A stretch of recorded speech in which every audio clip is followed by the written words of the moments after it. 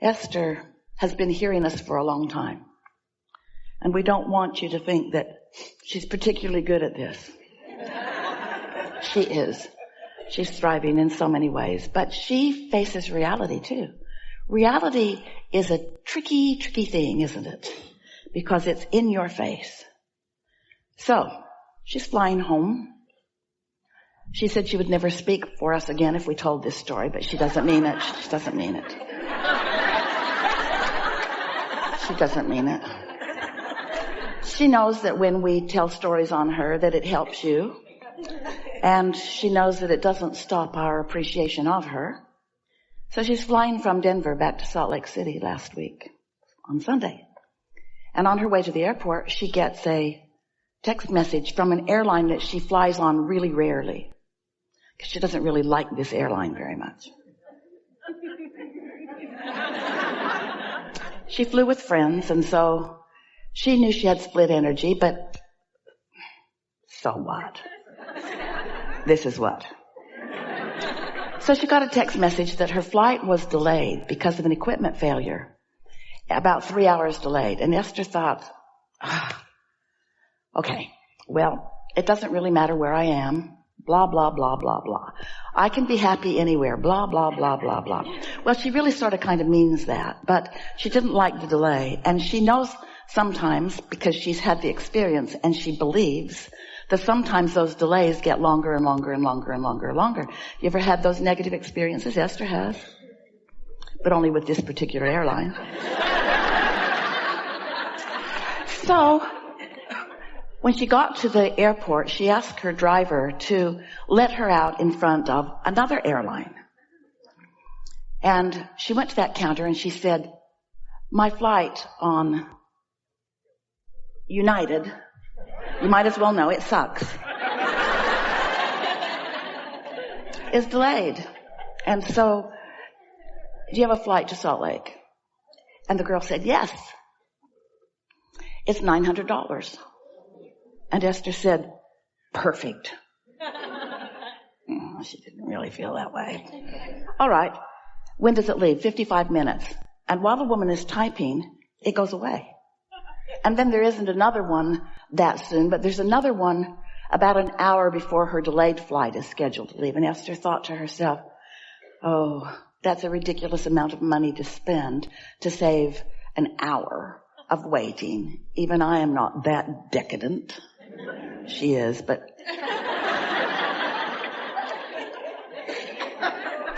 So she walked away from the counter, sort of feeling the tug, feeling like she should have purchased that ticket. But she used her reasoning power and sort of was examining the look on the woman's face. The woman couldn't believe that anyone would do that. And so instead of Esther following her own impulse, which was strong, she didn't do it and she walked away. So she checked her big bag in with United Airlines, and then she waited with other people in the area all day. The delay kept being pushed out and out and out and out and out and out. She made a lot of friends. She had a very good time. And then, she told funny stories about airline delays. And then she told her favorite joke of all. Because the people she had made new friends with were worried about their baggage making it, because they were changing planes in Salt Lake and even to another airline. And Esther told a joke that she's known for years. Ha, ha, ha. Man went to the ticket counter and said, I'd like this bag to go to Maui and this one to Tucson and this one to Tulsa. And the person behind the counter said, oh, sir, we cannot possibly do that. And he said, why not? You did it last week.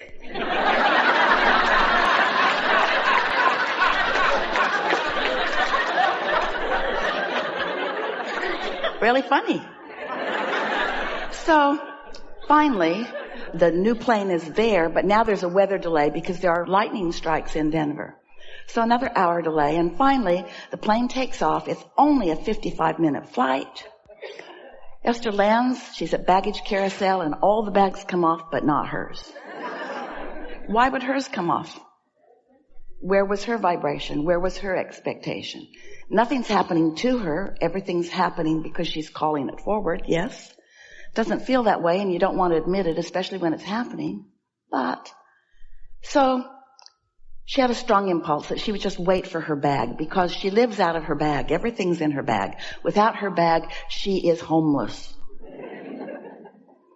So she asked the woman, the very aggravated woman behind the counter at the lost baggage counter, I think I'll just wait for it. And the woman said, well, let me look and see where it is. If it's on the next plane, it won't be that long. But it wasn't on the next plane. Your bag went to San Jose.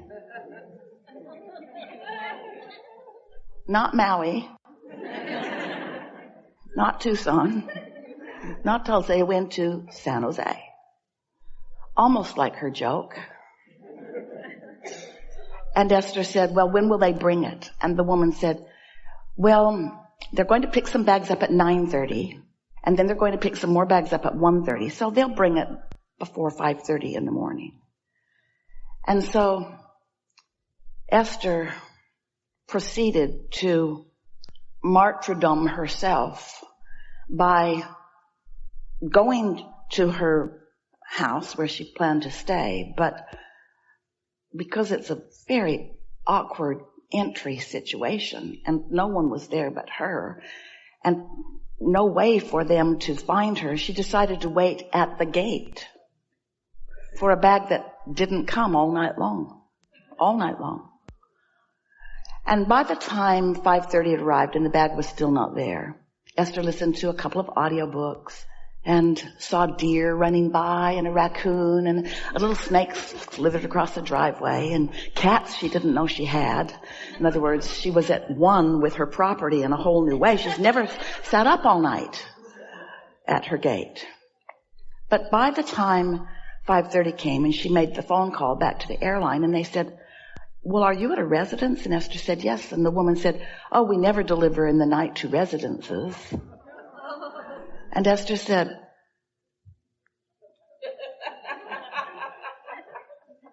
that would have been very nice to know 8 hours ago. So, you get what we're talking about here?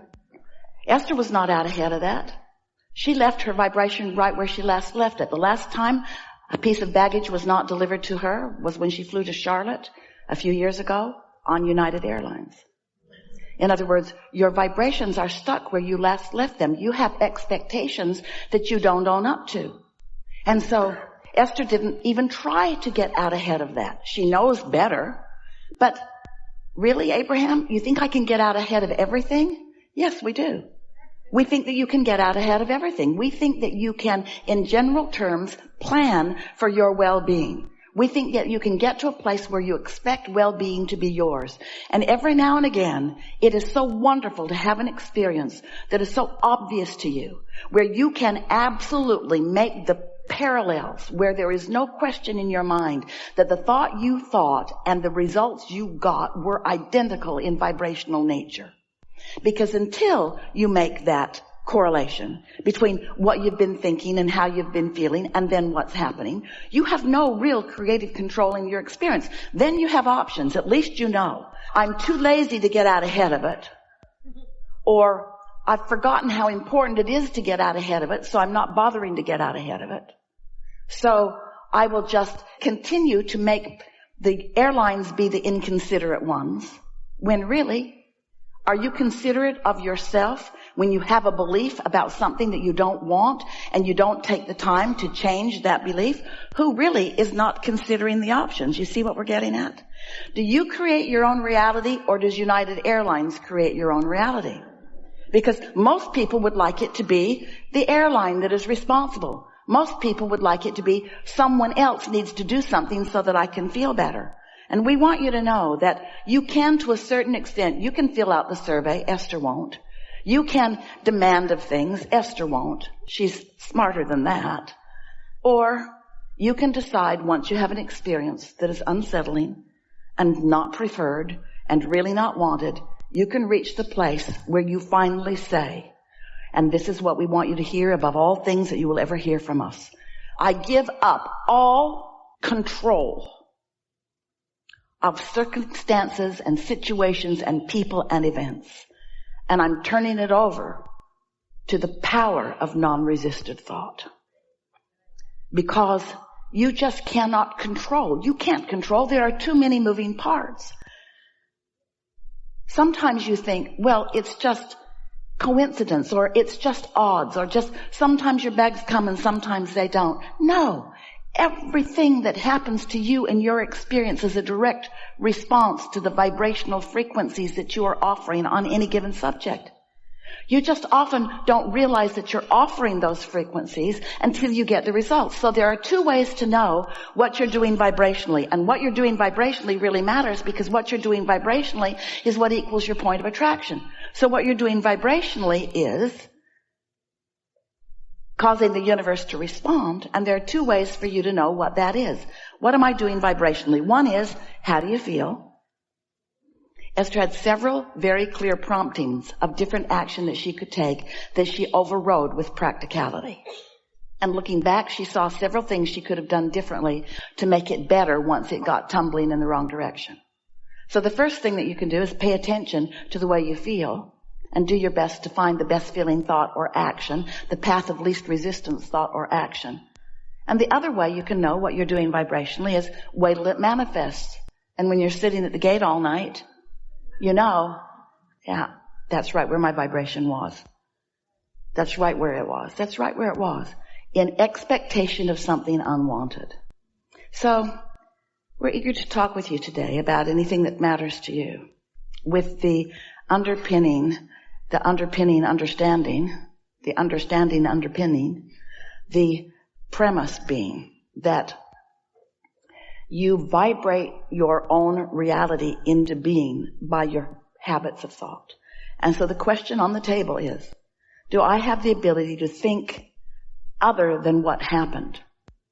Can I have had an experience with a person, with a situation, with a company? Can I have had an experience, and can I resist the temptation to regurgitate the unwanted aspects of that enough that I can get out ahead of that vibration and leave it in a new place? That really is what creating your own reality is all about. And so as we watch Esther, and you too, we see you doing a whole lot of things that really work for you. We can feel your optimism rising. We think that you are living wonderful lives.